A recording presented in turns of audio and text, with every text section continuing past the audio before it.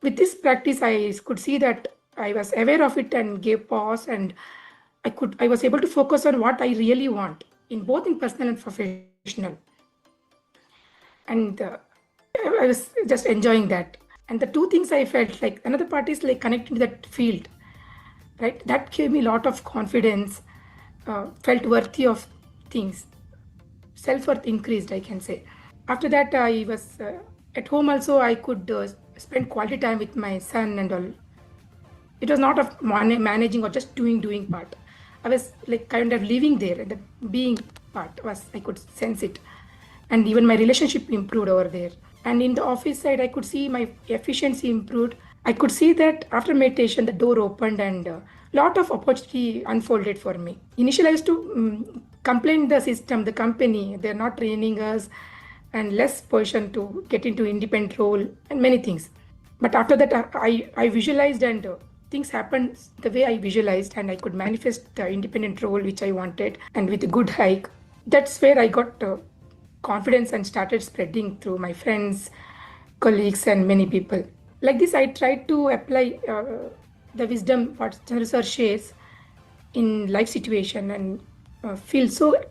Every time I apply that, I repeatedly apply, I could see how confident I am becoming and how my subconscious is getting programmed, and that's becoming my reality. That's where I understood whatever that, I mean, that's where it was confirmed that, yeah, it's all about our focus, where the energy we put. Wherever we put focus, there energy flows and that become reality, right? If you want to change the reality outside, we have to change our focus.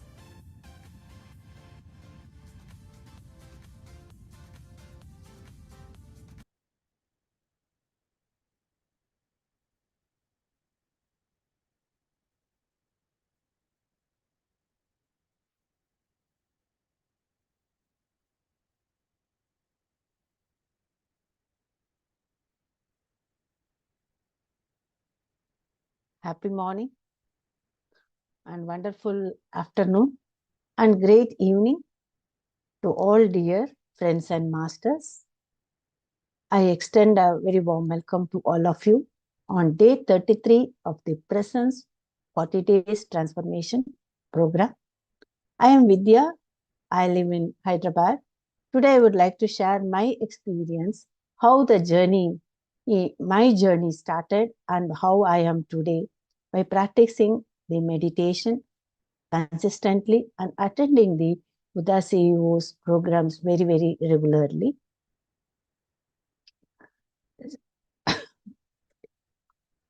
So 4 years before, that is in the year 2021, I also joined in the 40 days program, just like you all.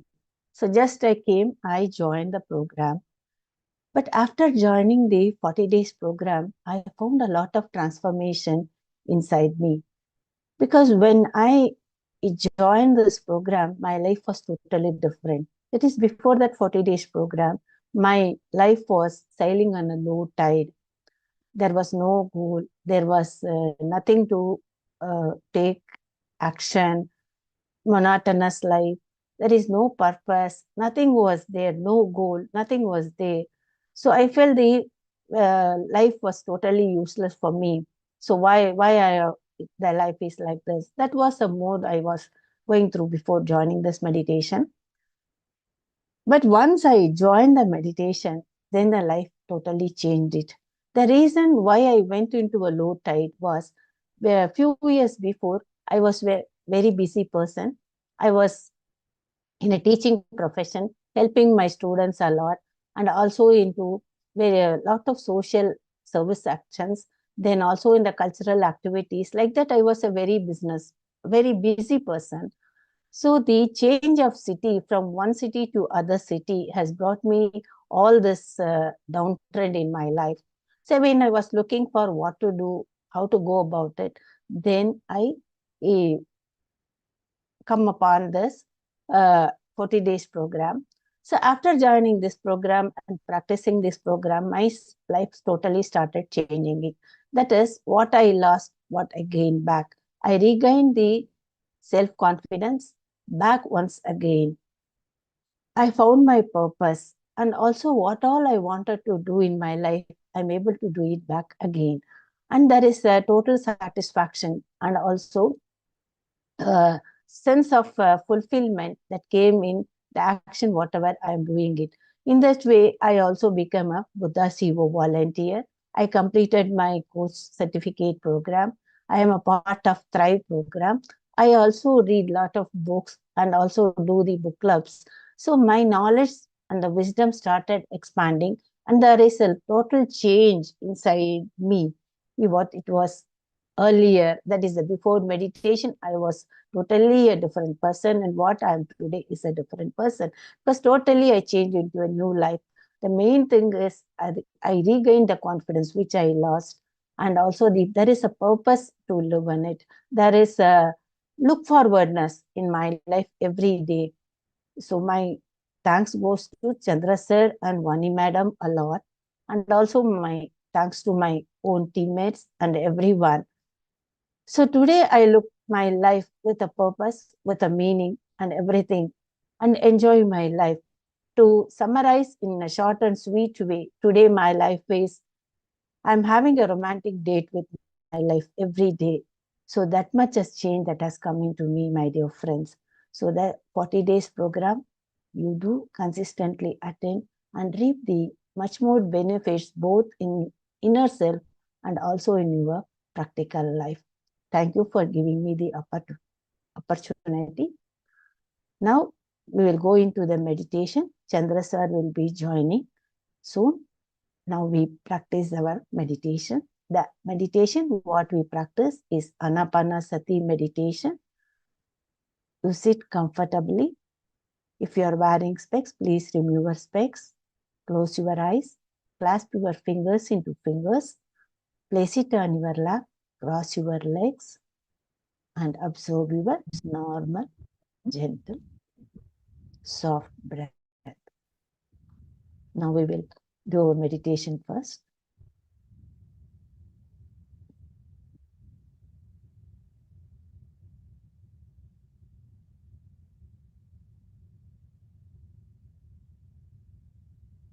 Now you sit as it is shown in the picture. First, we will be doing the heart elevation process.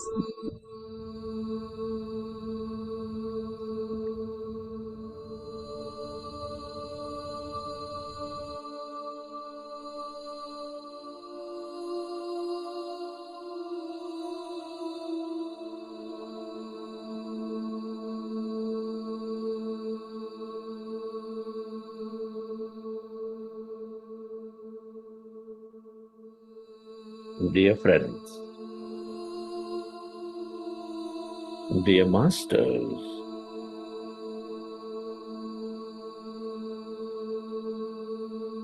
with your specs removed, eyes closed,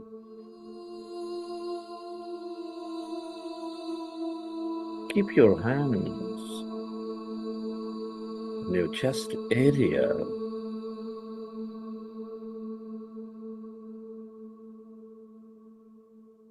And resting your attention on your sacred heart. And can you feel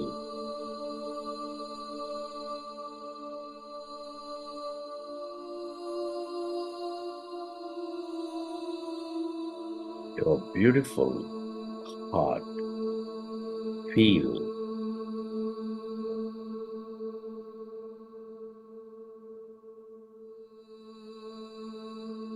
the center of all emotions,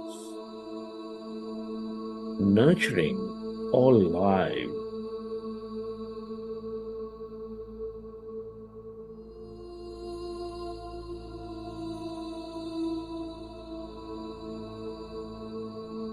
with its higher vibration of love, compassion, kindness, gratitude.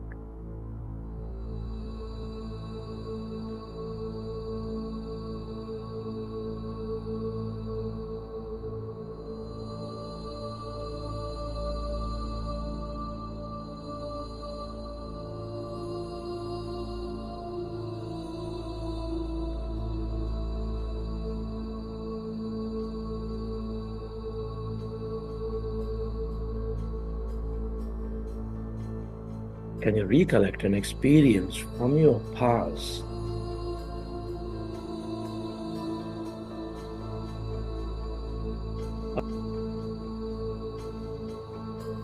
or simply imagine to be living an experience of higher emotions of love, deep joy, gratitude?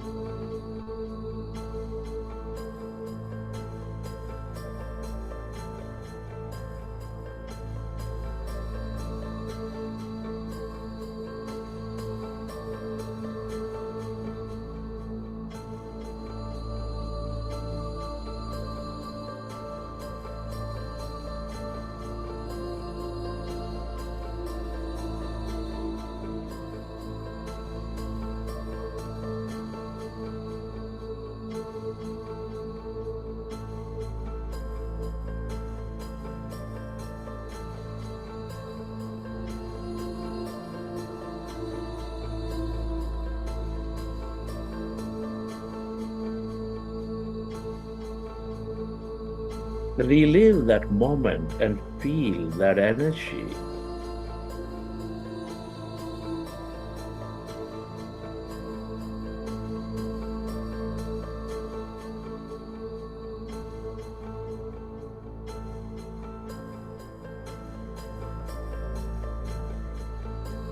The more you experience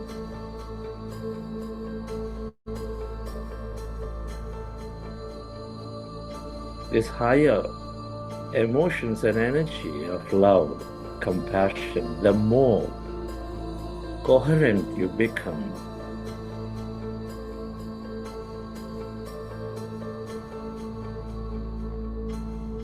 With all things and everyone.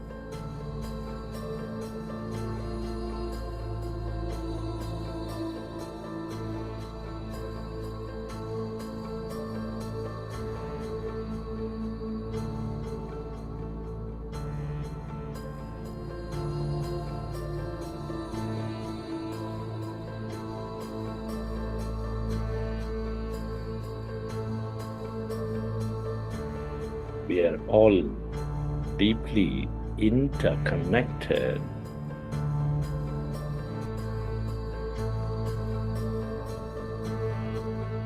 Deep inside, we are specks of energy connected to each other.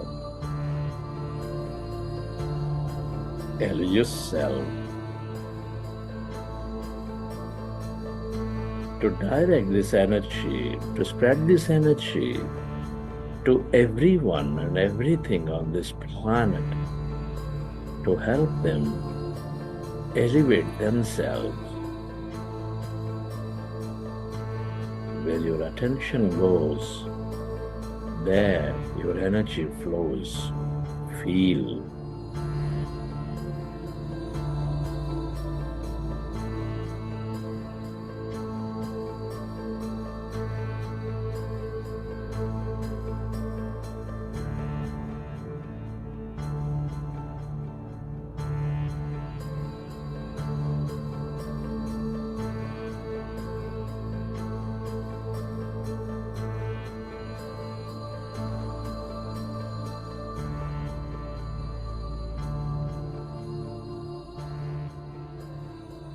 And slowly, let's go into mindfulness meditation with your fingers into fingers, hands comfortably rested in your lap.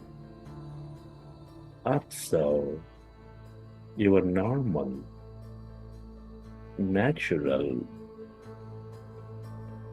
in-breath and the out-breath.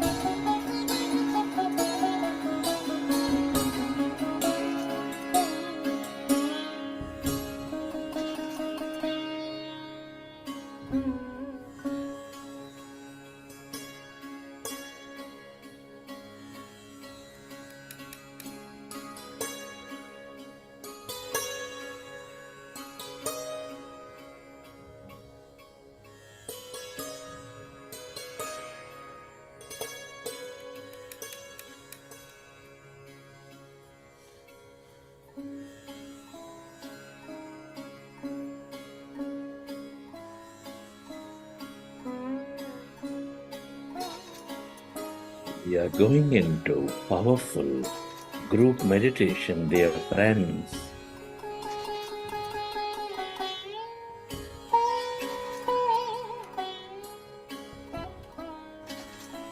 Observe your natural in-breath and the out-breath.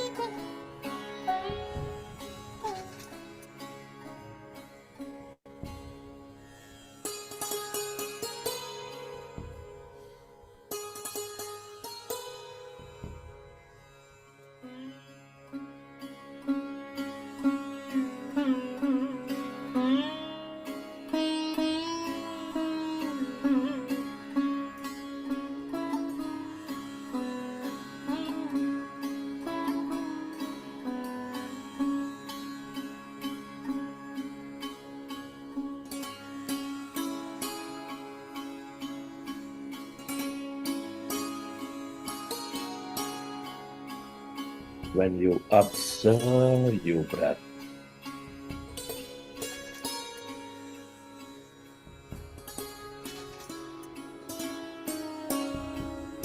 your mind becomes empty.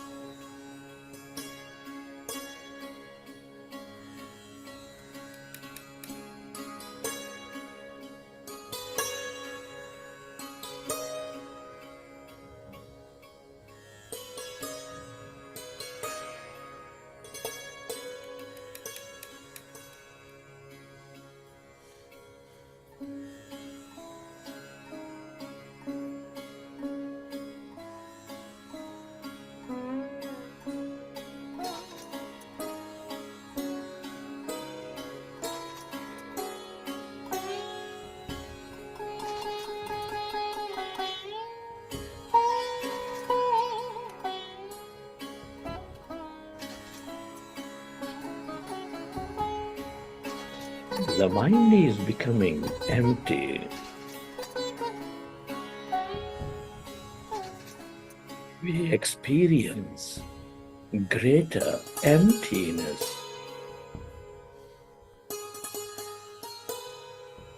That calmness inside of you, all around you.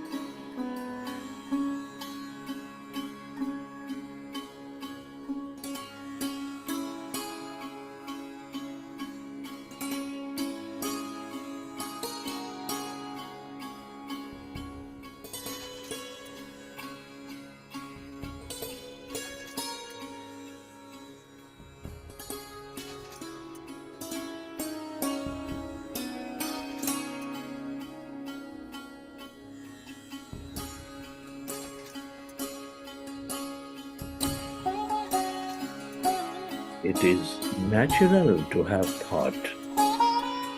When you recognize your thinking, go back to observing your breath and allow yourself to go into the deeper states of calmness, emptiness.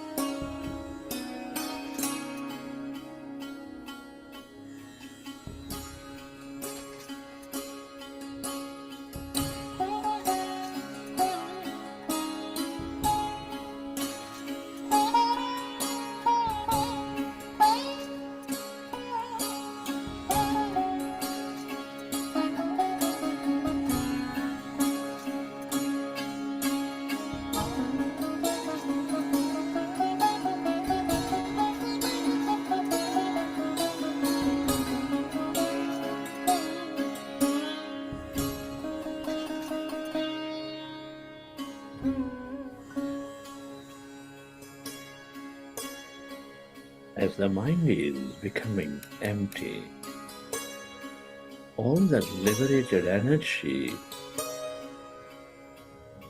is channelized into the present moment.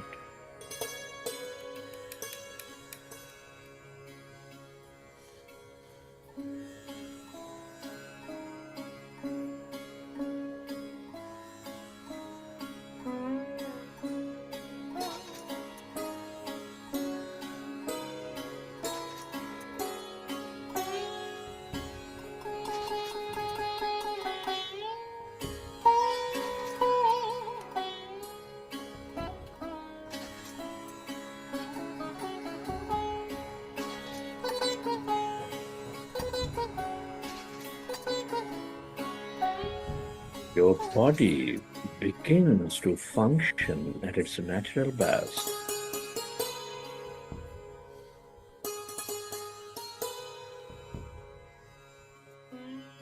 You develop greater power of thought.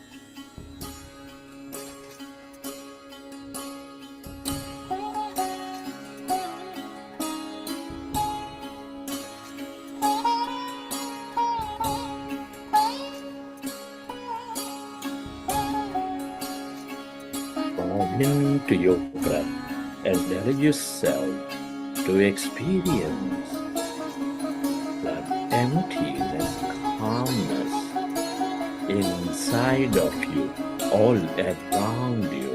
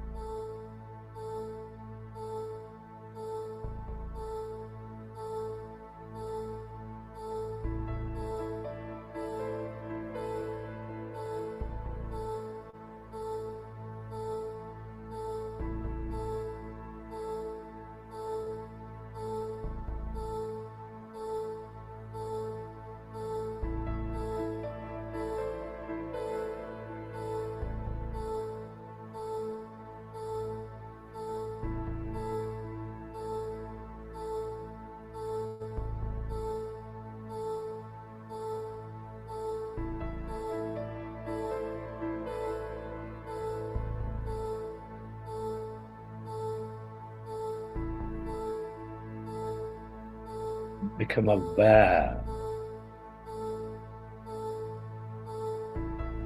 of that calmness, stillness within you as you merge into your breath.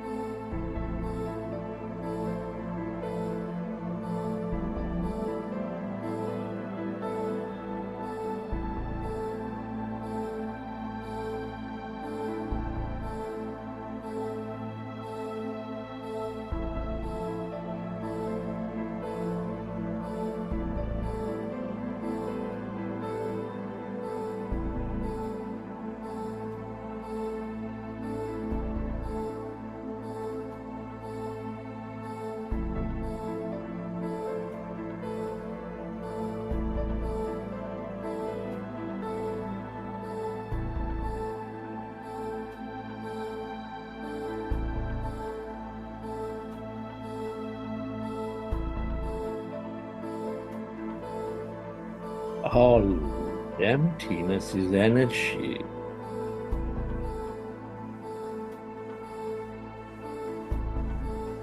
This is the quantum field of limitless dimensions, the field of infinite possibilities.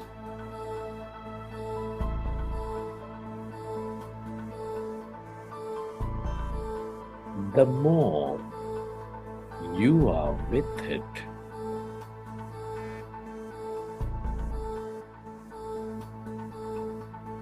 the more you tune in to the abundance of healing energy.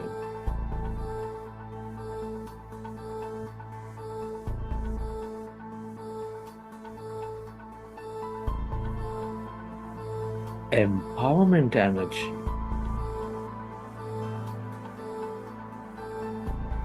that energy of love, that energy of the mystic,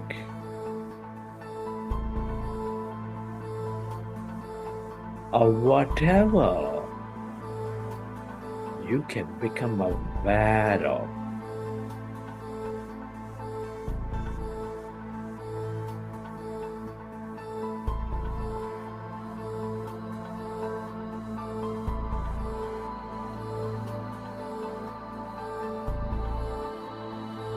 Plunge into this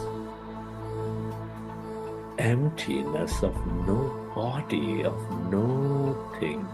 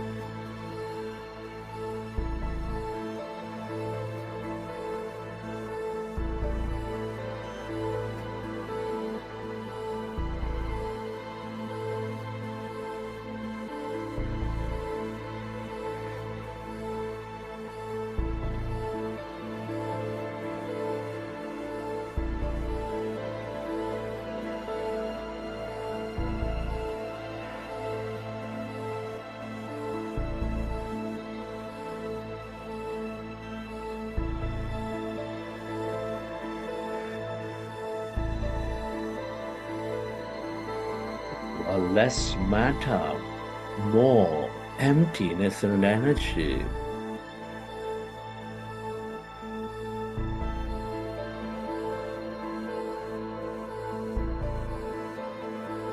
As the mind is rested,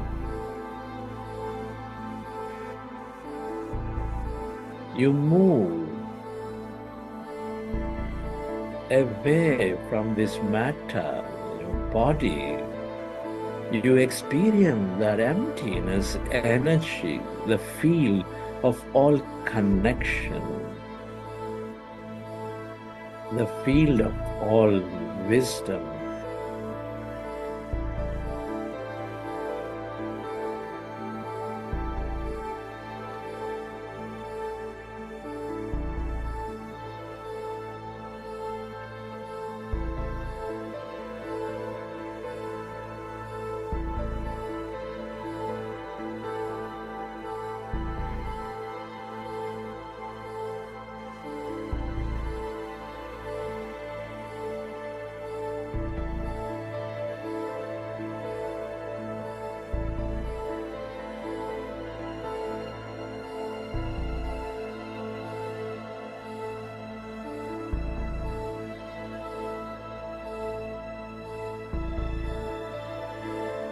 The more you are in this calmness, emptiness,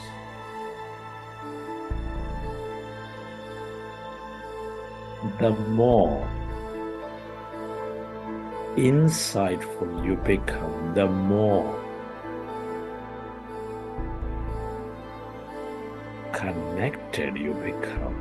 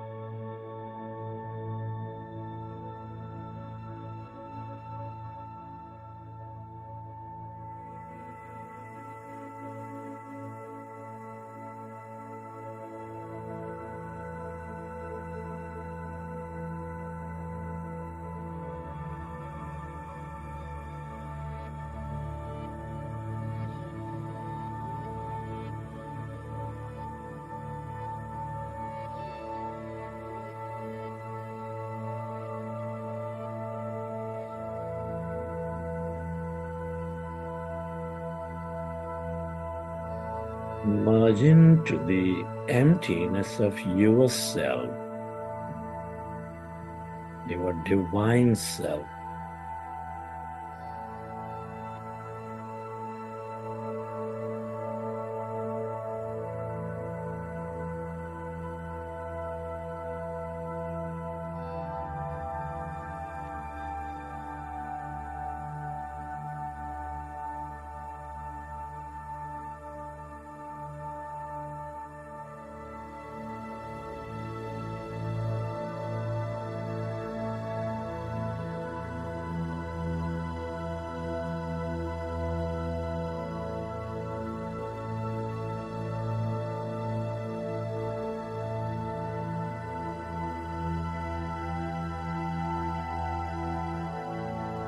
Receive your greater mind, that awareness.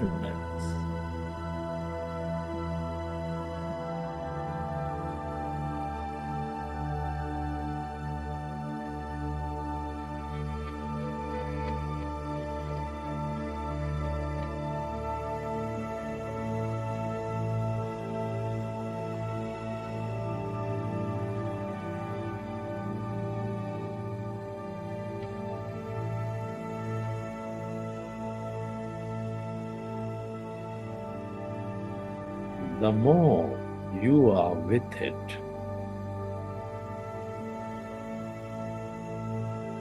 the more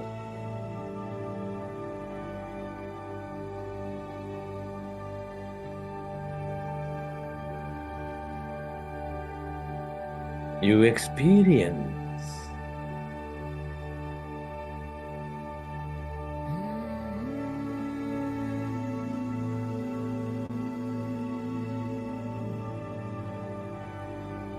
your intuitive intelligence.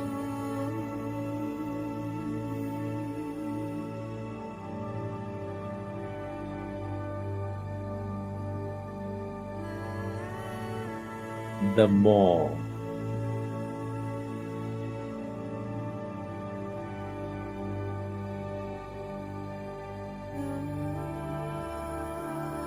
you develop that acceptance,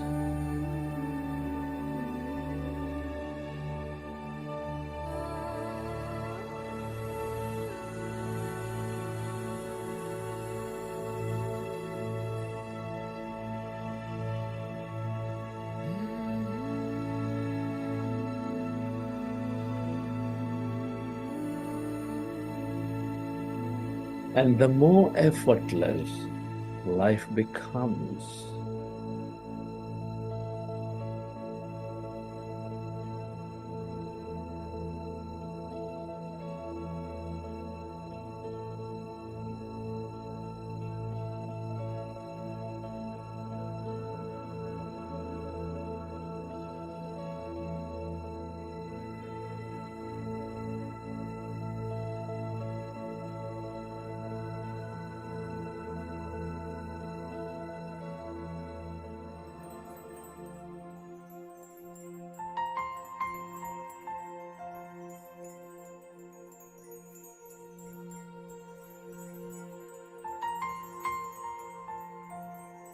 Friend,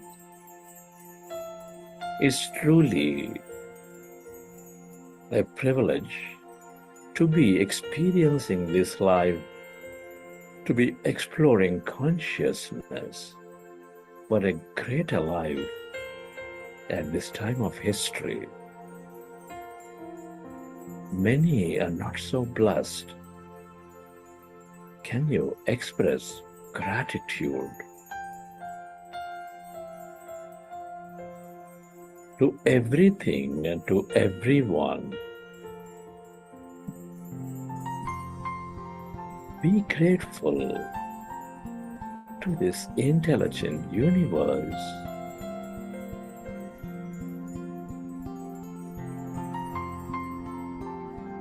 To your parents, to your teachers, to your mentors.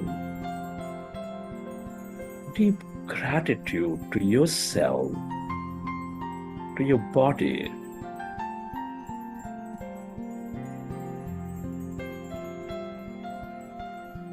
Give thanks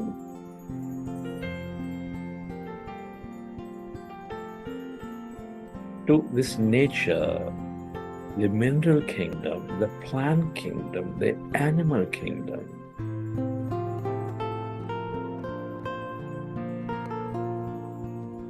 Gratitude to all the people in your life, to everyone.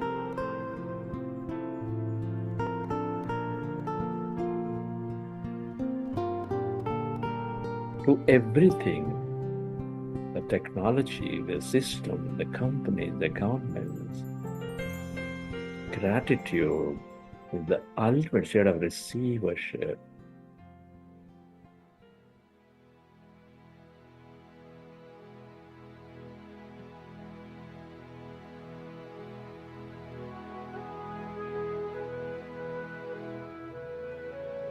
Recollect your experiences from the session. And whenever you're ready, you can keep your hands on your eyes for 5 seconds. And then you open your eyes.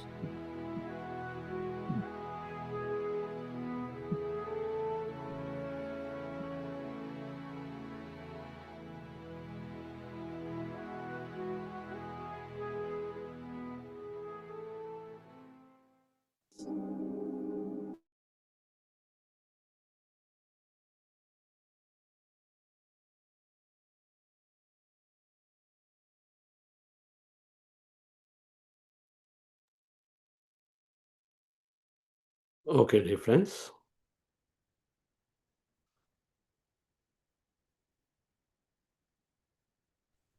Hope you enjoy the session. 1 second, just a minute for a little bit of.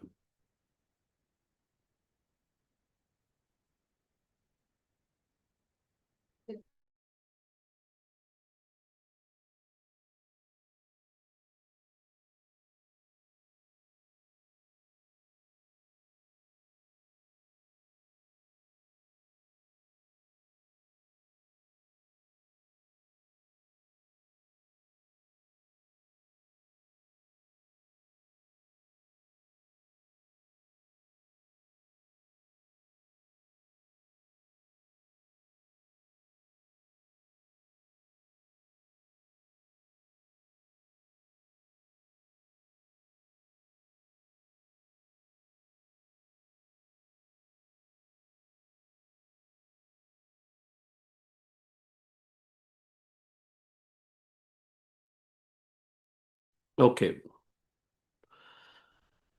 Thank you, Vidya madam. Hope you enjoyed the session. It was shorter. What, Kiran? Was it short?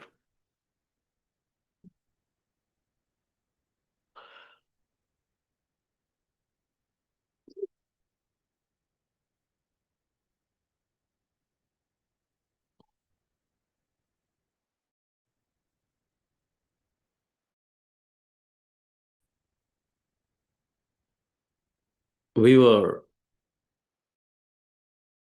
discussing about the 6 spiritual science laws.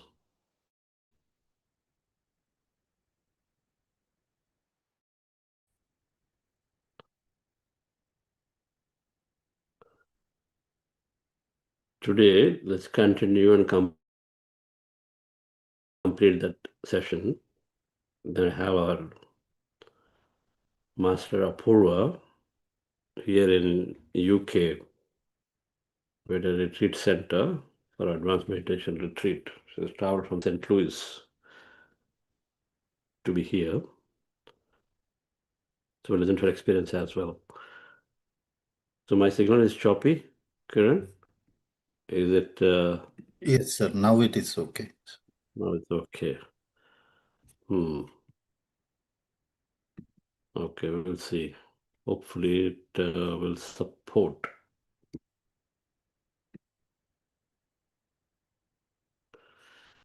So the 6 spiritual science laws that we were understanding, does anyone remember? Does anyone remember what those 6 laws were there? We introduced day before yesterday.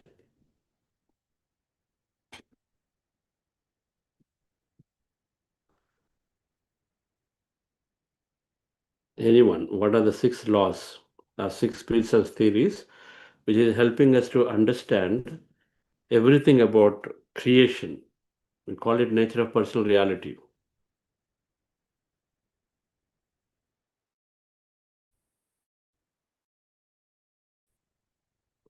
Anyone in the chat open?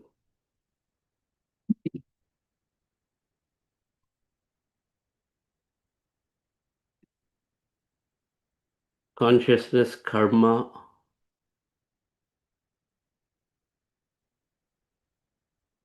then what else? Reincarnation, wonderful. So we covered a couple of laws. It's so good that we were talking about more than what we covered. So the 6 laws, theory of consciousness, theory of reincarnation, theory of cause and effect, theory of constant progression, theory of meditation or yoga, and theory of infinity.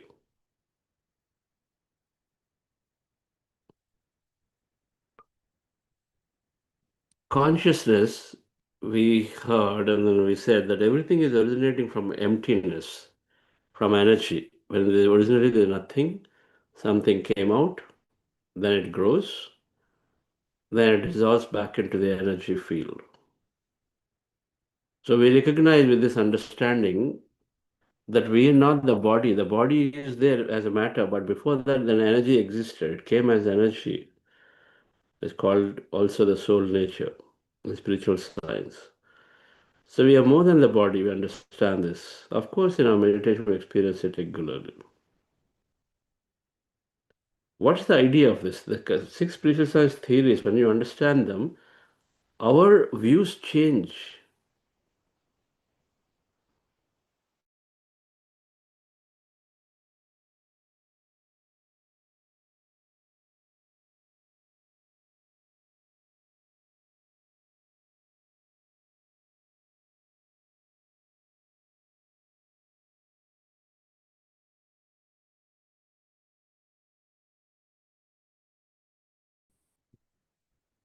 If I know that from nothing comes everything, then rather seeing as something as nothing, we see ourselves as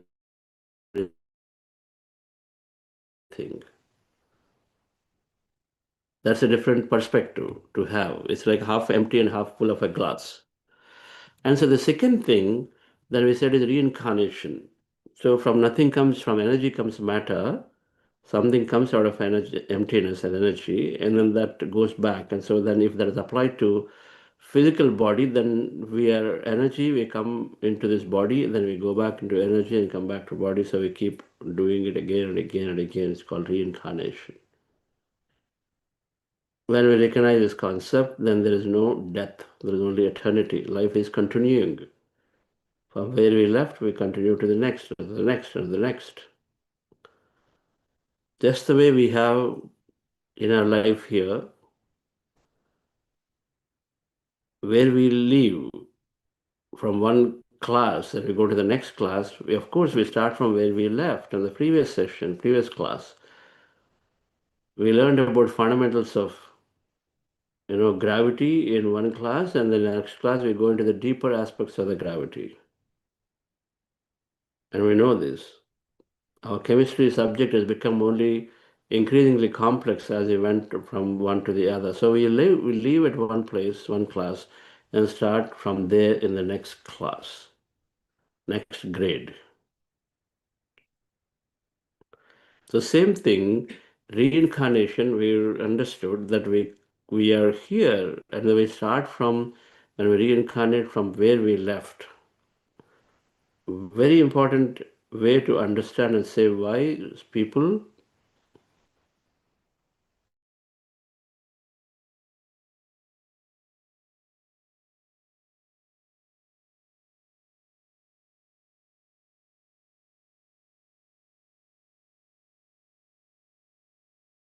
by working. And so somebody who is starting with a great talent must have really worked hard, must have really worked on that skill in a previous lifetime or many lifetimes before,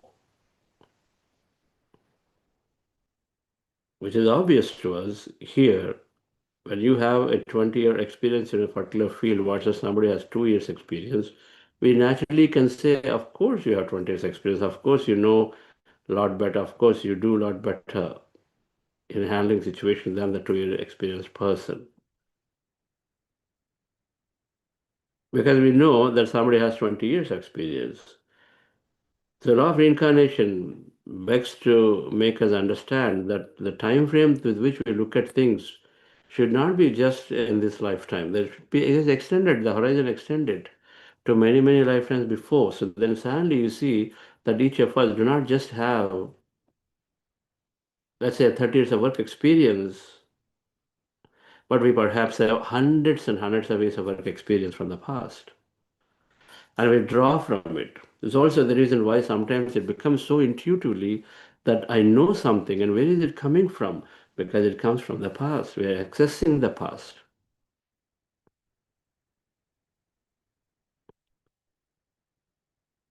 The connection to the past, the more we increase the connection to the past, when we silence ourselves, truly silence ourselves, then we start accessing all that information that is there deeply buried into us, and then it keeps coming up, and then we keep accessing it. We just have to silence ourselves. But the point, dear friends, is the reincarnation. is when we understand, then we lose fear of death. Death loses its sting. Read several books that are recommended, starting with Ian Stevenson, Brian Weiss, or Dr. Newton.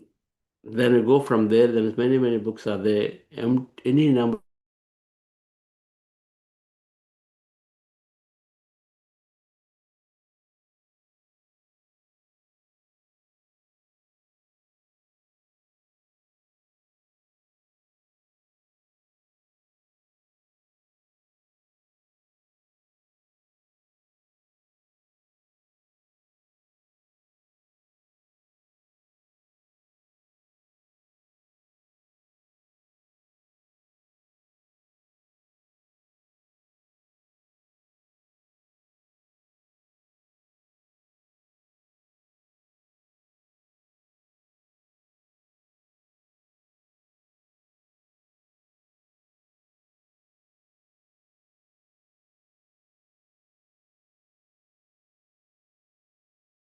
Hmm?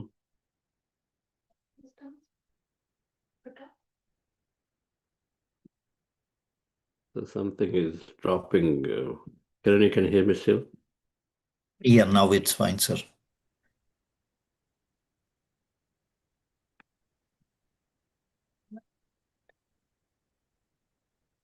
Yeah. Okay, so reincarnation, another important point that we talked about before we move to the next one is that when we are reincarnating, then we have a plan. We come with a plan, we do the plan, and then we go back.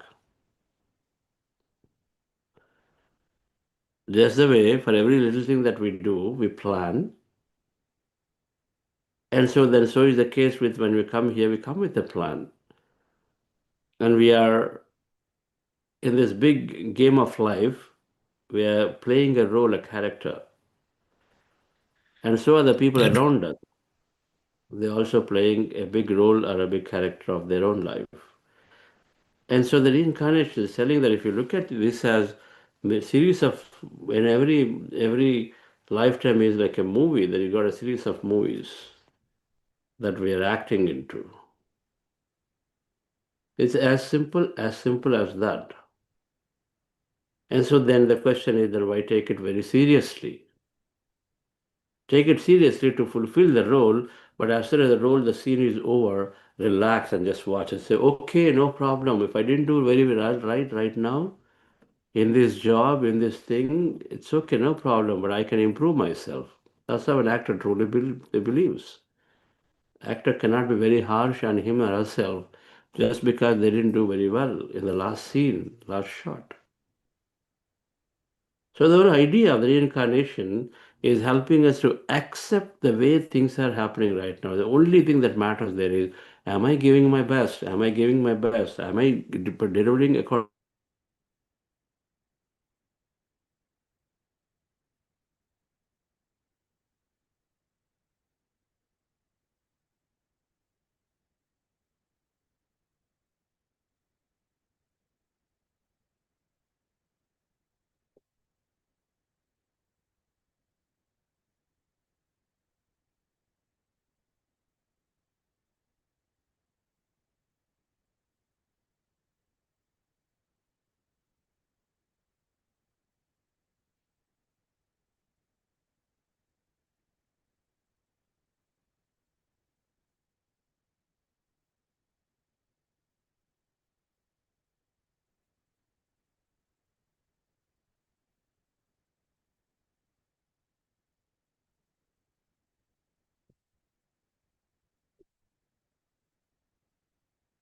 I think we lost sir for a minute.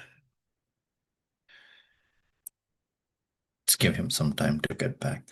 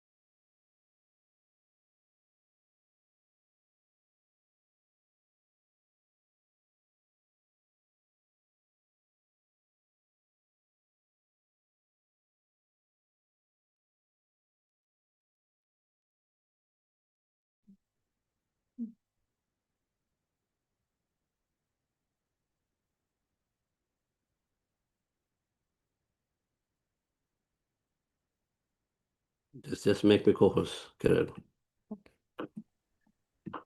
Yes, sir.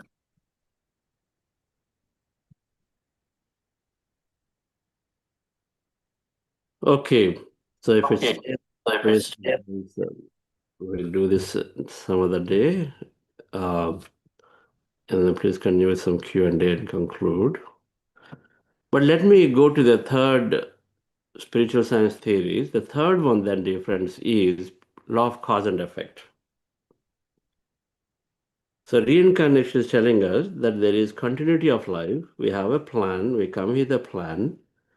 All that is there is to recognize and say, what is my plan, and execute it to the best of our ability. It is okay if we didn't do right, so that we can recover and then we can learn and then we go. And so it's recognized that it is a temporary. That's why it's called life is temporary. It's only a very temporary nature. We don't take it too seriously, don't take it too attached to it. Everything as if it's the only one thing to live. We don't over-attach ourselves to anything. And of course, philosophically speaking, we come with nothing, we go with nothing. So then why bother to go on doing this rat race of holding on, increasing things that we want to accumulate, when we know that they're so temporary here in this life? What is there? Experiencing life is there beautifully. Accumulation of stuff is of no use, but instead experiencing it there. Of course, if I like to earn money, earn, but then spend, utilize it, experience it. If it's all that is sitting is in the banks, it doesn't have no meaning. Can I use it? Can I give for enabling so many people to do so many things? Can I enable myself? Anything for that matter. Getting attached to things is only going to cause suffering because we have a poorer understanding. Reincarnation is saying you at your will are coming here to experience something, and so experience that. And then move on to the next experience because you have a certain purpose, and then do that role right. And so the law of cause and effect then is simply saying that, dear friends, that if you don't do your job right, you come here for a purpose with a specific role as a reincarnation, and if you don't do your job right, according to what you came here for, then deep inside, then number one, you're not happy. It's like an actor in a specific role, and then supposed to do one thing, but they don't do it at all. They're not happy. Yeah, the actor is there, but then every time he keeps falling sick because he's not really aligned or she's not aligned. So keep falling sick and not able to perform. And so number one, then he or she's not happy. And then because you're not doing well, and then people around you are also not happy because they're also not able to do. They're also impacted because of you.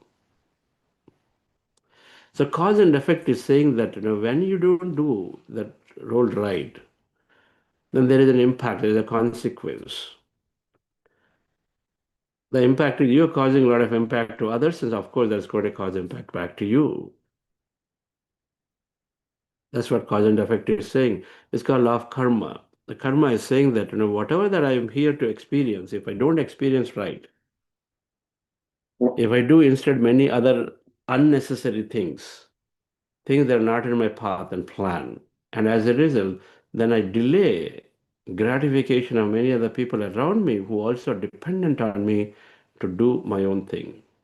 The other way to say law of cause and effect or law of karma directly is that when I'm causing harm, hurt, interfere into somebody's lives in a way that they'll not let them fulfill their role right, then of course there's a consequence to it.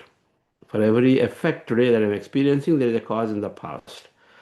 Or in other words, when I'm not necessarily when I'm causing an effect by doing things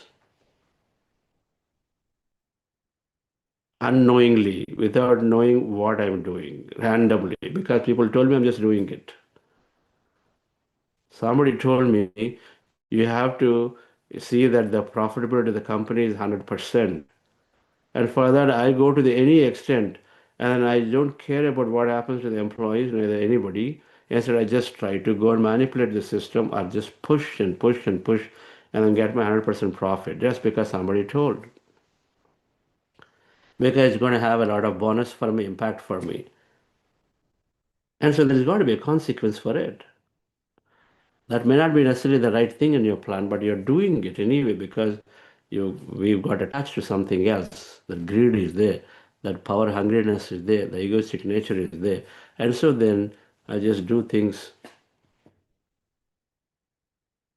without even thinking a second time about what could be the consequence of it. And so different, then there is an effect of it. The effect is that there is a consequence that shows up as an effect of a negative reality created. If I cause something to somebody, then there is naturally an equal and opposite reaction.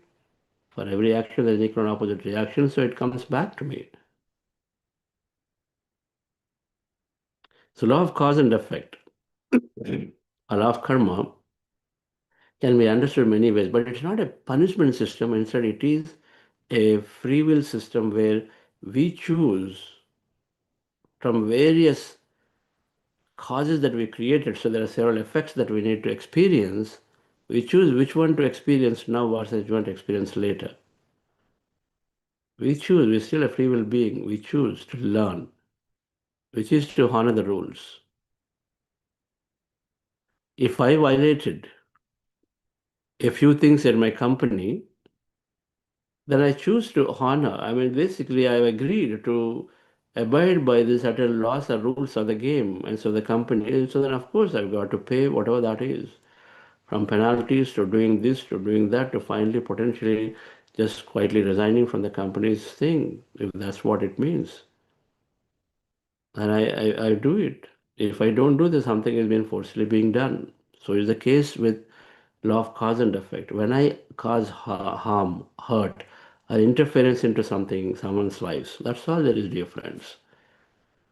When I do not let something else live its life greatly, the way it wanted, and we interfere. It could be children, it could be colleagues, it could be animals, it could be friends, it could be anybody.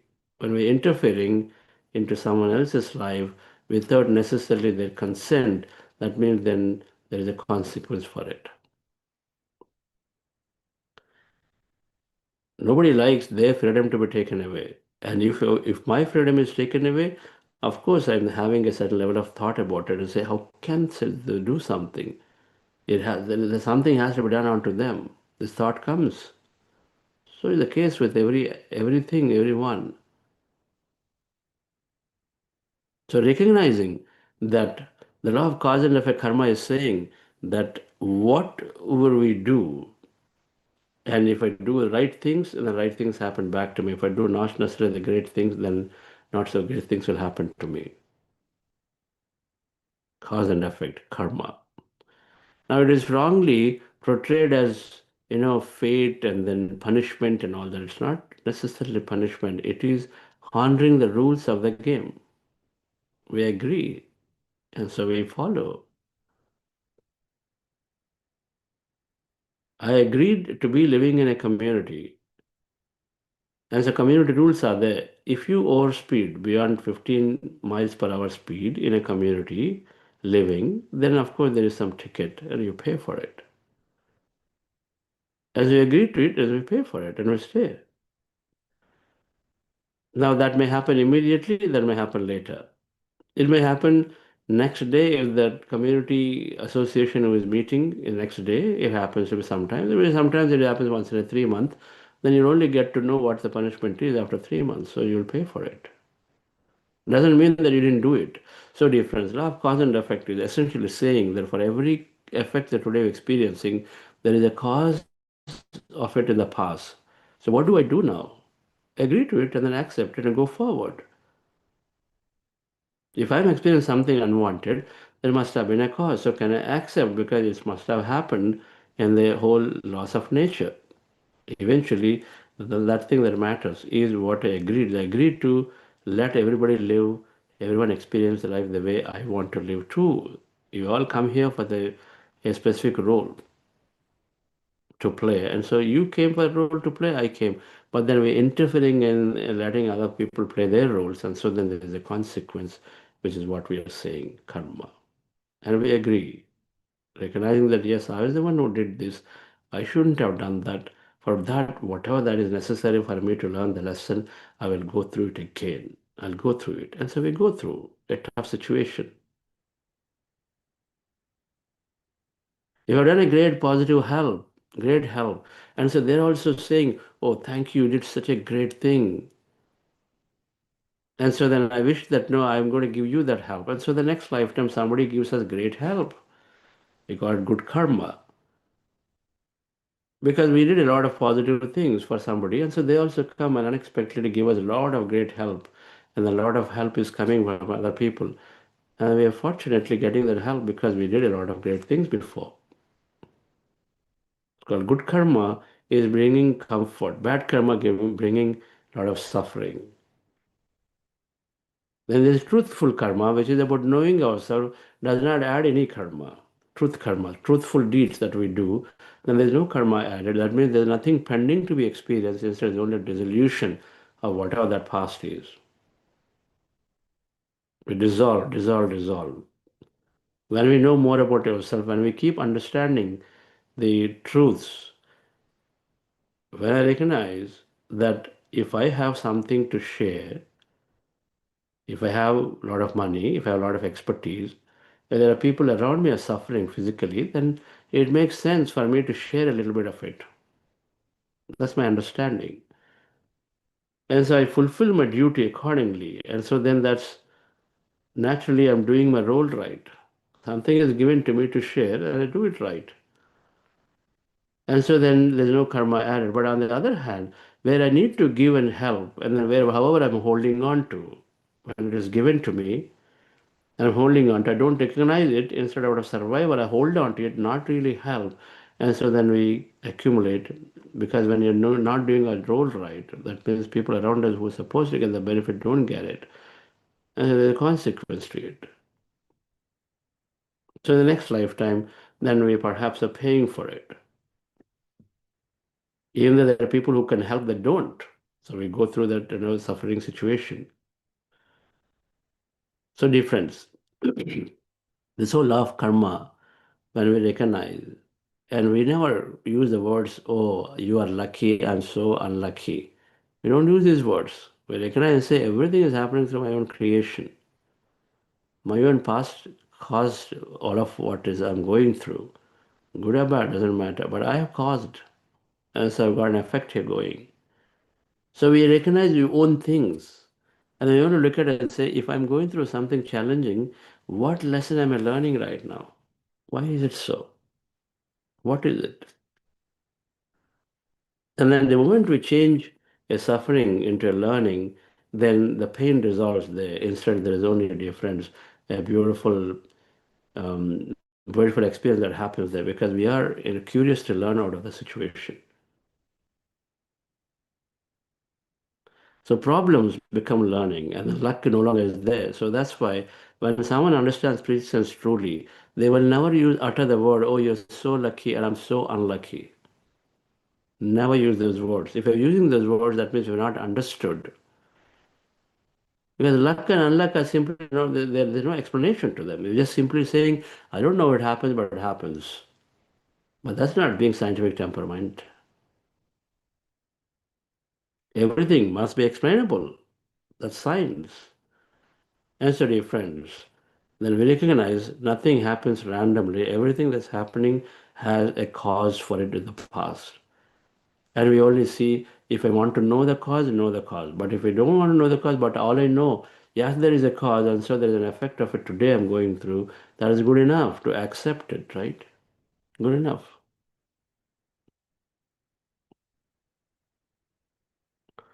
I took a wrong turn. I was driving in the night, I took a wrong turn. And so then now instead of going towards Bangalore, I went towards Mangalore. Going toward from Bangalore, I took a wrong turn, and so then I went to Chennai instead of Mangalore. So instead of going east, I went to west. Now, when I wake up in the morning and say, oh, I'm here, there must have been a cause. Of course that I've taken a wrong turn, and so that I came here. Good enough. We don't need to know a little beyond it. As long as we can accept and say, without taking a wrong turn, how can you just show up there? You know it. There's got to be a cause for it. There's got to be a reason why I showed up. That is sufficient, dear friends, in law of cause and effect to understand And when we have a situation going in our life, sufficient to say, aha, so there must have been something done by me, and so I'm going through for it, and say, can I just live through it right now and see how do I go beyond it? How do I finish my learning here? What do I do? I come to now wrong place. What do I do? Change course, go and then create and then go back to where you have to go and then doing the next thing as opposed to sitting and crying there about it. It becomes natural, right? Rather than crying and say, okay, I took a wrong turn, I missed my route, and I'm gone somewhere. Okay, 5 hours are gone or 10 hours are gone. But what do? We change course or go back. So same thing we do in our life. When situations are not necessarily the way we wanted, they're showing up, we live through it and then go to the next one rather than just holding ourselves off there and then sitting and crying and cribbing about it, complaining about it. So dear friends, cause and effect must be understood very well, that when certain situations are happening to us unexpectedly and not what you want, is because we have done sufficiently either good things or bad things, and so then they're happening equal and opposite are happening to us at this time to learn through the situation. Then comes, these are easy from here on. Constant progression is saying it's the sixth theory, the most important are the reincarnation karma. These are very intertwined. Reincarnation is saying you have a role to play, you're coming for a role, and then fulfill the role greatly. Today you're American, tomorrow you're an Indian. Day after tomorrow you're some other, in another lifetime you're somebody. It's all the same thing, just the same nature coming through various entities. So holding on with a dogma, with a fanaticism of this is great, that is great, has no meaning when we actually study this entire spiritual science. And so then it's all about how well I perform the role, and if I didn't, then I have a pending causes that require to be, if, the effects will have to show up sometime, and so experience them, right? Since not everything I can experience in one lifetime, and so then it goes spreads into multiple lifetimes, potentially that's of karma. And then as I'm doing, I'm working, I'm experiencing. A lot of constant progression is saying that nobody has ever regressing in life, there's only progress in life. There's always learning in every experience, that's progress. We know this. Every experience that we go through teaches us something. So are we more richer or are we more poorer?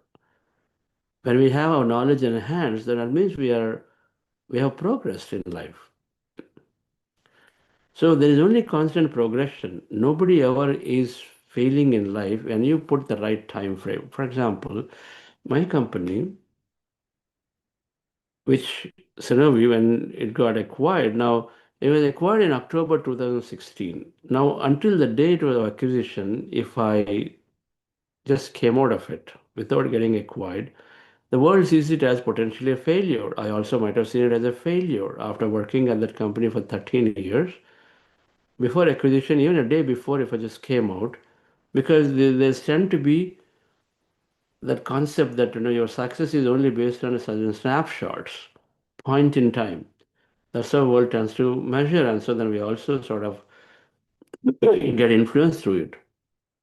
But in reality, how can it be that one event can change and say your success or failure? It can't be, right? My 13 years of experience is there no matter whether I had an acquisition, successful acquisition or not. It is still there until the day before. So what changed for something to say that I'm failure or success? It's only a poorer interpretation of life. My lessons of learning for 13 years in that company, what to do, what not to do, how to grow business and how to not waste decision money in R&D or this or that, all of them are there, no matter whether a specific event happened or not. So different. The point is that 13 years of experiencing and running a company and then navigating it through of various times is progress, is learning. Now, if success didn't happen here, of what we call success meaning acquisition, it will happen very naturally, maybe in the next one, because all the learning is there. It's a matter of time it gets applied into the next one where it can happen readily. So when a founder in their first company and a company, when they're very successful, we say random and luck. No, because they worked hard about it in the past. And so that all that experience is showing up here, and so they're successful very quickly in a short time, is because they worked really long and hard.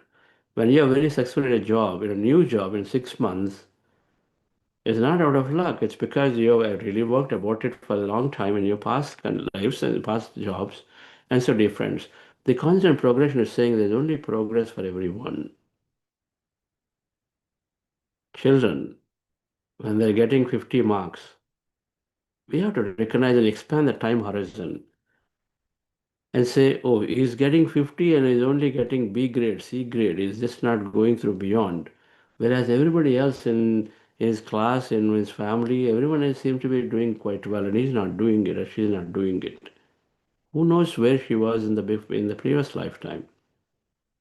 Maybe previous lifetime she just entered to study, and so then she was actually getting 25, and now she's getting 50. That's great progress. We look at the horizon as only this life, and in this life, and everybody else is already getting 60 and 70, so he also should get the 60 and 70. But for that person, from a previous lifetime perspective, must have just entered school from somebody who was just evolving from a body state to mind state. Until that time, you don't even get education. And so maybe it's just a second lifetime of education. Previous lifetime, no education to education, so 20 marks, 25 marks you're getting, great. Now you're getting 25 to 50, you're getting beyond the pass mark. And the next lifetime, perhaps from 50, you'll go to a brighter side, and then more and more. I mean, the way you conventionally call it. So it's constant progression difference for everybody at every moment.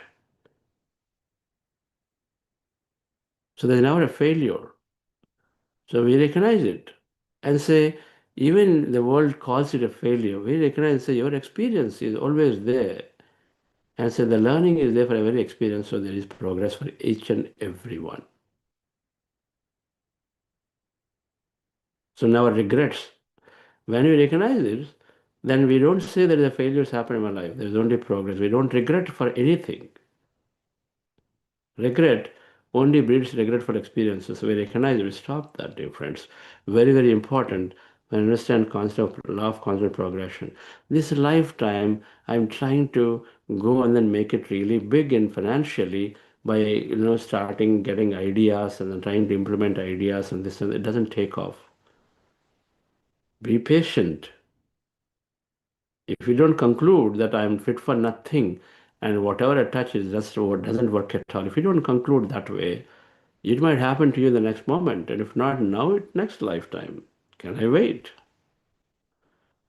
A lot of times we stop things happening to us is because we come to a conclusion too soon, too early, saying it is not for me, I'm not capable, I cannot do this. We talked about this in the manifestations week. It's our limiting belief which stops us more than our capability. It's the limiting belief that stops us. Even if that is not there for us, can I patiently wait for a year more, year more, year more? Can I go into the next life to wait? What does it take? So difference. But then we recognize there's only progress happening, and a lifelong, when I worked hard, there must have been a lot of learning.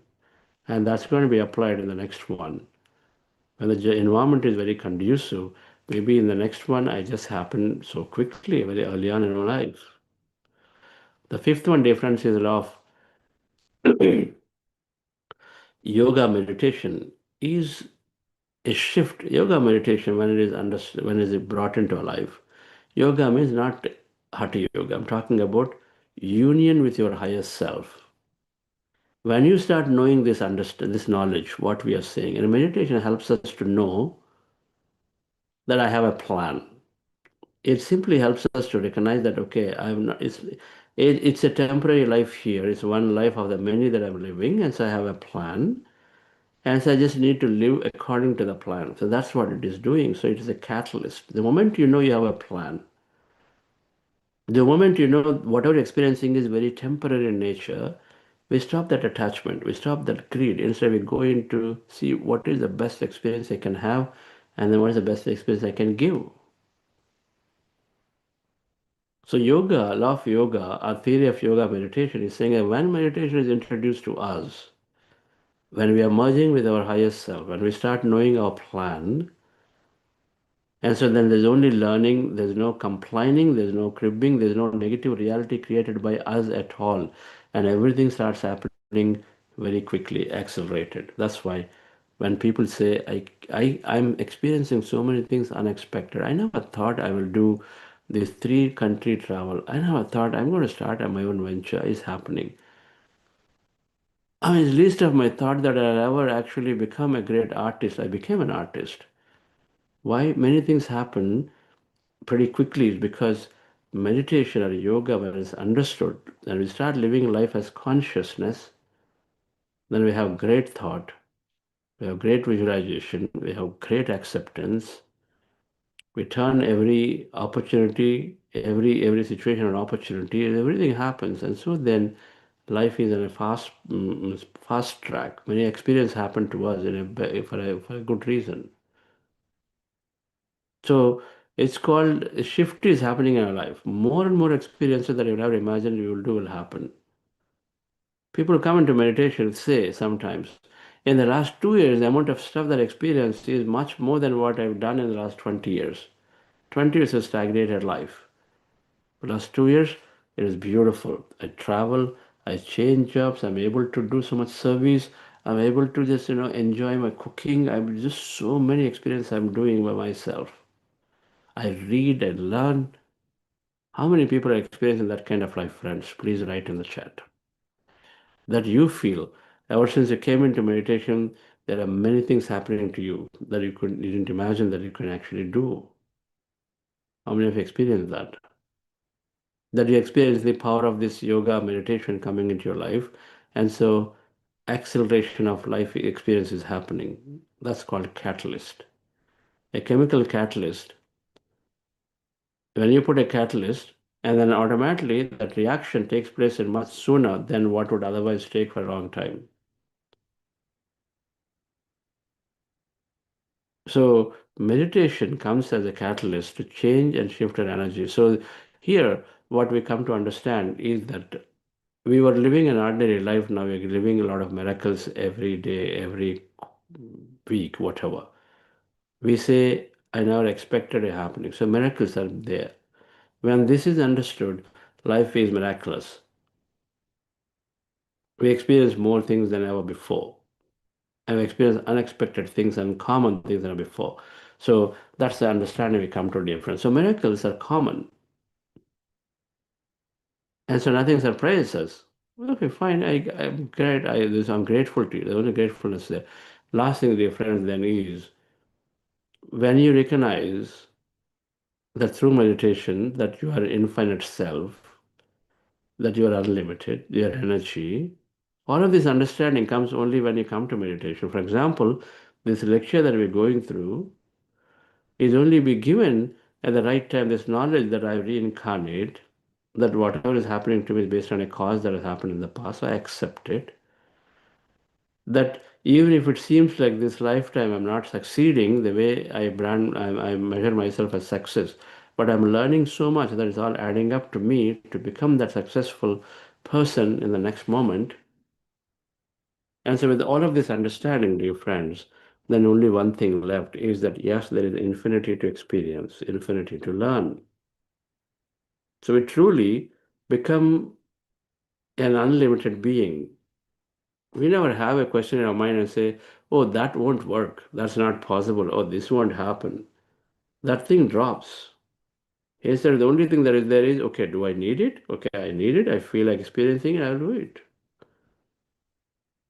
How many people are in that state where you don't doubt any creation that you wish to experience? Instead, it's only about whether you want to experience or not. And you only are looking to gain greater clarity about what is it that I would like to experience next. How do I like to live my life in a way that it feels deep satisfaction to me? And that's all that is there, dear friends. That is all about intending rightly. It's all about placing right intentions. And it's all about energizing that cause to the best possible way because we have super clarity about what we are intending to do. As the theory of infinity is saying that there are infinite ways to experience life, there are infinite ways, infinite things to learn, and the knowledge is because of experience. So then we become that way, truly, truly a limitless being. That means we become consciousness. So, dear friends, so this is what happens when we study spiritual science and when we understand these principles greatly, then our old self becomes a new self in these ways. From nothing, nobody, I'm this mere, this one, I don't have any power, all of that goes away to become I'm everything. There is no death, I'm eternity, life continuity is there, so what? So death is no longer bothering us. Instead, it's only about having deep desire to experience something, we go forward. We're not worried what happens, this my family, this and that. All of them drop because everybody is on their own great journey of life. There's no luck, there's only self-creation. We don't use such poor words about luck and then bad luck and good luck. Instead, we only say, okay, something is happening meaningfully, there is a reason, and so let me go through it. We own it. Great amount of learning is there. Problems no longer exist, and so they're there for learning. We're constantly progressing is how we see it. We never see anything as a failure. Truly, that statement that every failure is a stepping stone for success becomes it has a true meaning now. And then, an ordinary life become a miraculous life, experience so many uncommon things in our life. And so, dear friends, then it goes on unbounded. It's about our decision to experience and not experience, including when to leave the body. Everything becomes a choice. Thank you very much, dear friends, for understanding this lecture is it must be explored. It must be explored deeply. Some books that can help are in this regard. We talked about for reincarnation, Brian Weiss, Many Lives, Many Bodies is a starting book, but then he's written several books, Dr. Newton books. Any book that talks about past lives also some way intricately connects karma, cause and effect. They generally are together. And so if you read books by Raymond Moody, if you read books by Echo Borden, Robert Schwartz, they sort of nicely link about these two concepts together. Okay. And Peter Richelieu's Soul's Journey also sort of covers the six spiritual theories a little bit. Somewhere it connects a few things. So that also book can help. And Conversation with God can help in cementing some of the understandings greatly. All right. Yeah, I guess quantum physics lectures from Amit Goswami about field of infinite possibilities and all of that, that's more obvious to be known when you understand the quantum physics lecture that we spoke about. I think these are the threads that we go through to cement our understanding of these six spiritual science theories. And if we understand them right, and by experimenting with about them into applying into our life situations, we will come to a great conclusion that I'm a limitless being and I go there. My friends? Yes. So let me have Apurva, madam, here. A master from St. Louis. Some of you know. Yes, Apurva. Yes, sir. Hi, everyone. Good morning and good evening. Friends, I'm Apurva from St. Louis and have been practicing this meditation from past 6 years.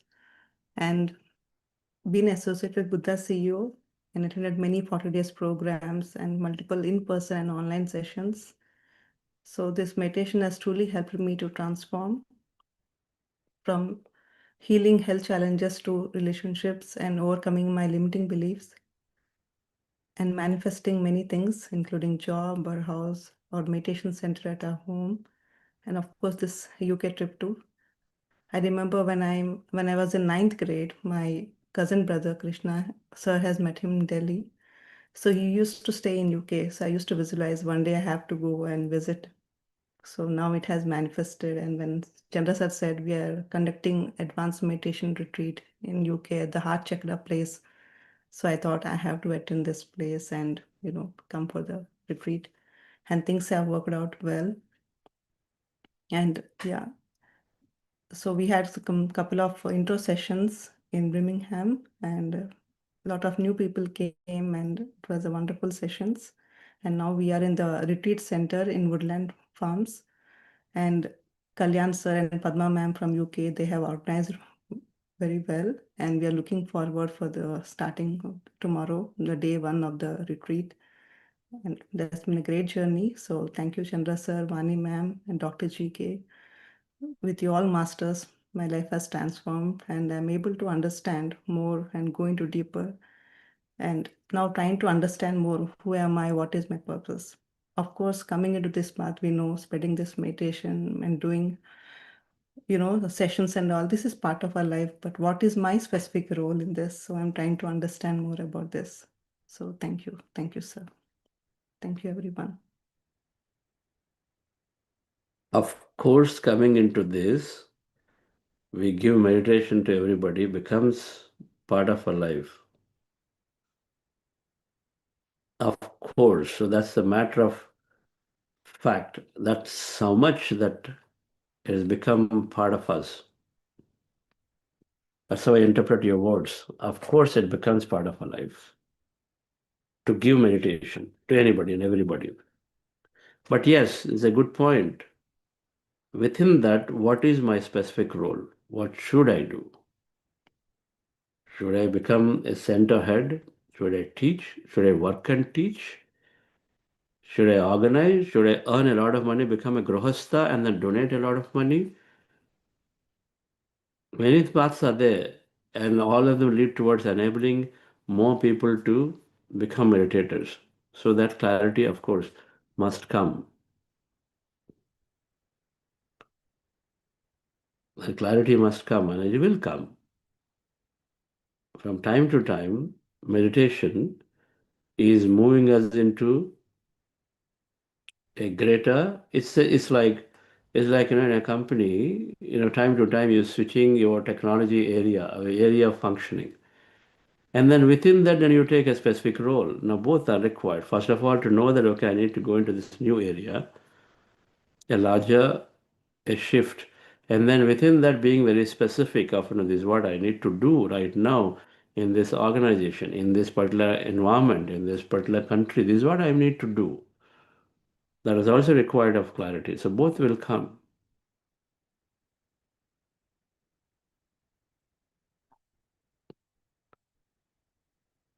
So yes, a wonderful master, Apurva. Please tell a little bit about St. Louis community. Yes. So friends, so we have a good team in St. Louis. We have more than 200 participants who do attend our regular programs, 40 days or 21 days or in-person sessions. But we have a strong core team of 6 to 7 families who we meet regularly, and we do organize or conduct or coordinate any sessions. And now the team is working hard on building a pyramid. So we are looking for the lands together, and soon we are going to have a manifest or have the reality, and start moving on further, construction or other things. But yes, we are working hard on that in spreading this meditation. Along with that, yes, we are doing a lot of sessions in person and online, and we are also planning to do on World Meditation Day, 21st December. And of course, for New Year, we have more, sessions are planning. so that we can introduce this meditation into corporate in local communities wherever we can, and so that we can spread this awareness and bring more and more people into this meditation. So I'm truly grateful to everyone and of course the St. Louis team. So being always so supportive and cooperative, and of course our family and my daughters too. As they're also doing kids meditation sessions, my elder daughter. So we are trying from always, different directions, how we can spread this meditation. And of course, Chandra sir is always there to guide us, how we can do or what we can do in better ways, sir and ma'am. Yes, so their guidance is truly, important, and we are always following them. We can never miss a chance to be in their presence. And today I'm here with sir at this moment. So I'm truly grateful for this. Who popularized this whole meditation movement in St. Louis? So of course, it was started by Ramesh. And then, yes, I came along with him in a couple of months. So it was started by a family. And, and then, of course, Venu sir and Suma ma'am. There's two families who have strongly started. And of course, now we have a big team in St. Louis. So truly grateful for Ramesh, Venu sir, and Suma ma'am. So in initial days, four of us used to spread meditations or organize the sessions. When Chandra sir came first time in St. Louis, we had a public session, which gave a lot of awareness. And of course, then since then, it is never-ending process. So every day we are having some new participants, and this is going on. Great. That led to RCML 7. Of course, the first RCML happened in St. Louis, but this year we did it in a greater way with more participation, people and the speakers and local leaders who have attended that. So we could do it in a large scale. So I'm grateful for the entire team. And thank you, sir. Awesome.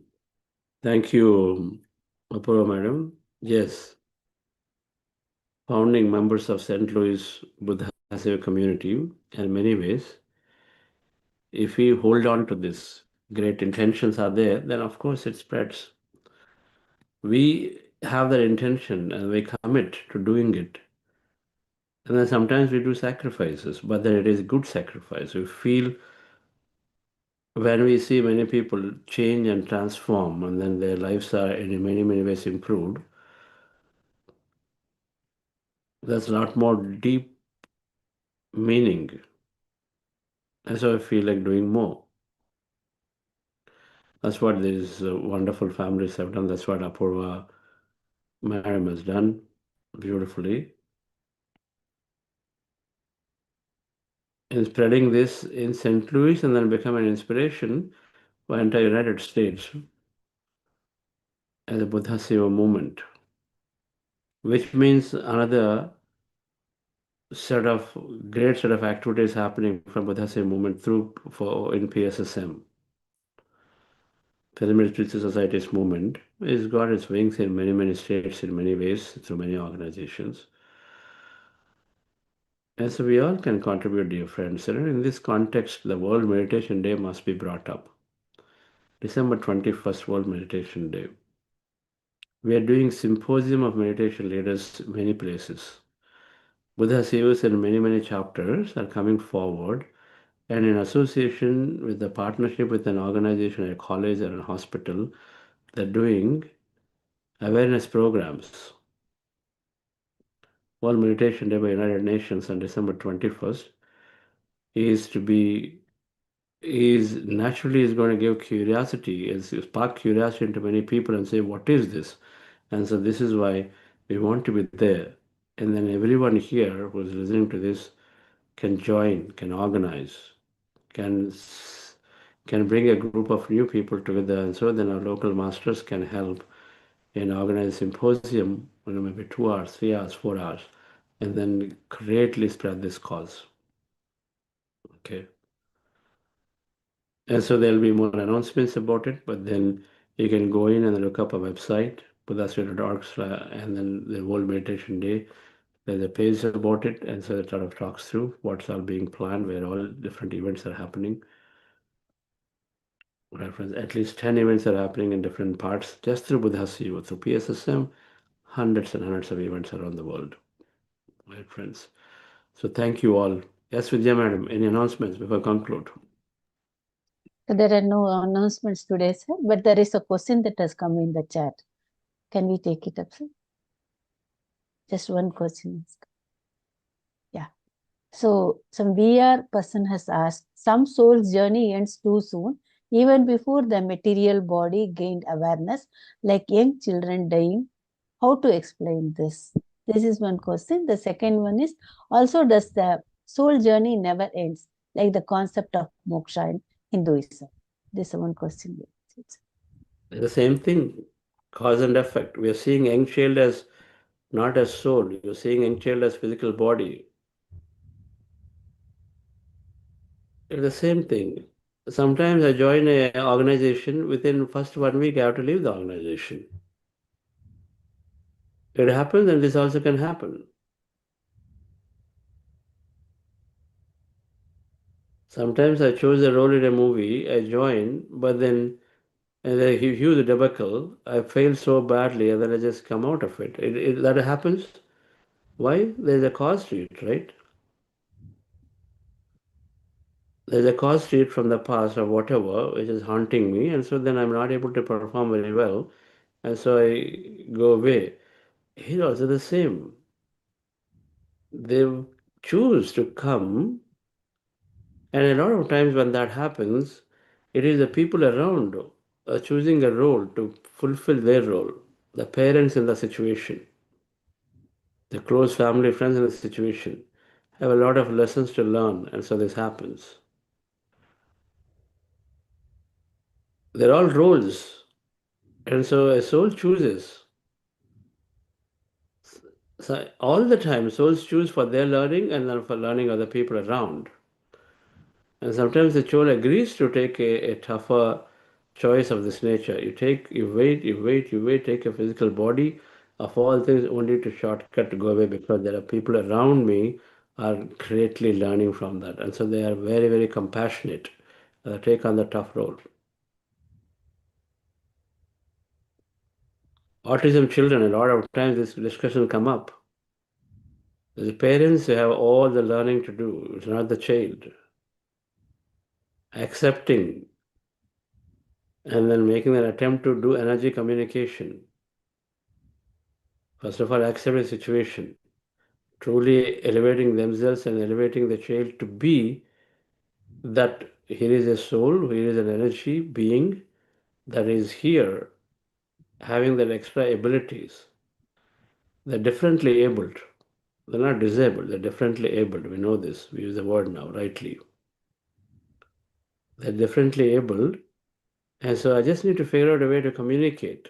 And then communication mechanism must and will exist when you are first of all come to acceptance, and then having that energy communication slowly and surely.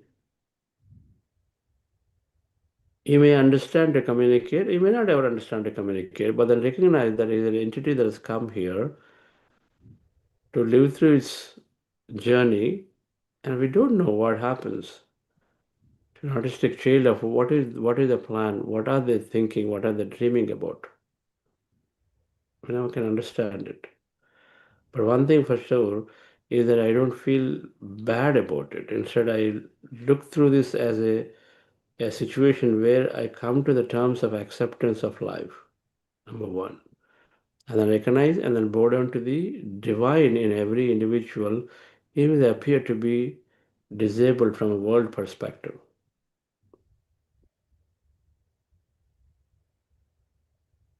When we come into great acceptance, the situation may dissolve in due course. When we don't, our lessons have not been learned, then the children or whoever that is around us need to continue to be in that state because our lessons have to be learned, and they're compassionately waiting.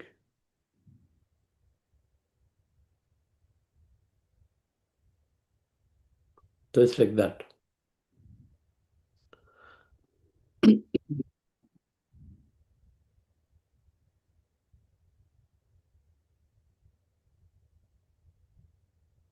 Yes, madam. That's also, that's only one question. Thank you, Okay. sir. That's It's a great understanding, sir. Normally the question arises in our minds about the autism children or any differently disabled children, how to accept why it is only for me. So that question is given a right answer by you, sir. Thank you. Okay, And friends. Thank you very much for going through this important understanding. Must give enough clarity. Seth has a book called The Nature of Personal Reality. Explains, that's another book to read. Explains some of these concepts.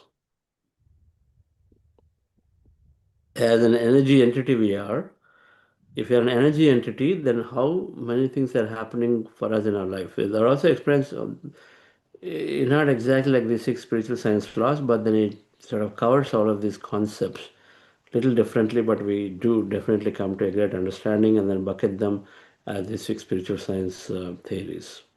Seth's book called The Nature of Personal Reality, one of the many books that he has, his wisdom has been compiled by Jane Roberts, and that's a great starting point of Seth's books too. And then Theosophical Society's books are there, plenty of books on karma and reincarnation. And truly to understand these two particularly laws, Theosophical Society, they expand on these 6 spiritual laws in many, many ways, in many directions. All Theosophical books can be read. Okay. Any book that you like, you start with. Okay. Right. So thank you all. Have a wonderful day, friends. And I'll see you again tomorrow. We'll continue this journey another week. This week, more or less, we have covered through about the spiritual quotient is increase your understanding. Quotient about spirit. Spirit is existence. Spiritual quotient is to know a little more about this existence. Generally, we know about life here. Life after life is the field of invisibility, is what we are sort of covering today and then the day before yesterday. So that gives some understanding. And then this topic in this program ends here, but it must be greatly explored to know more, to interpret and interpret in many, many situations of our life, for ours, and then for people around us. That's when we're able to truly accept tragedies and injustice as non-tragedies, no injustice. They're events of life. Okay. Yoga has samatvam uchyate. That means we come to the equanimous state of every experience of life. And it happens when we understand this higher knowledge. Not until that time. We understand, first we learn, then we experiment. Go in, explore. With every meditation you can, in meditation you can look into your past life moments, future life moments could be looked into. It's possible. Some are exploring your past life regression. So when you explore a little bit of these, and then we reason out intensely about this whole cause and effect, we'll come with right understanding. And so that's how the knowledge that we learn in a lecture like this will become more of experiential as we sort of contemplate and then read more, experiment more in our meditations. All right, friends. So thank you all. See you tomorrow. Thank you, sir, for today's very, very deep subject. You have given us wonderful knowledge today, sir. Understanding these laws, we can live our life better and with the ease also. Thank you, sir. Yes. Thank you.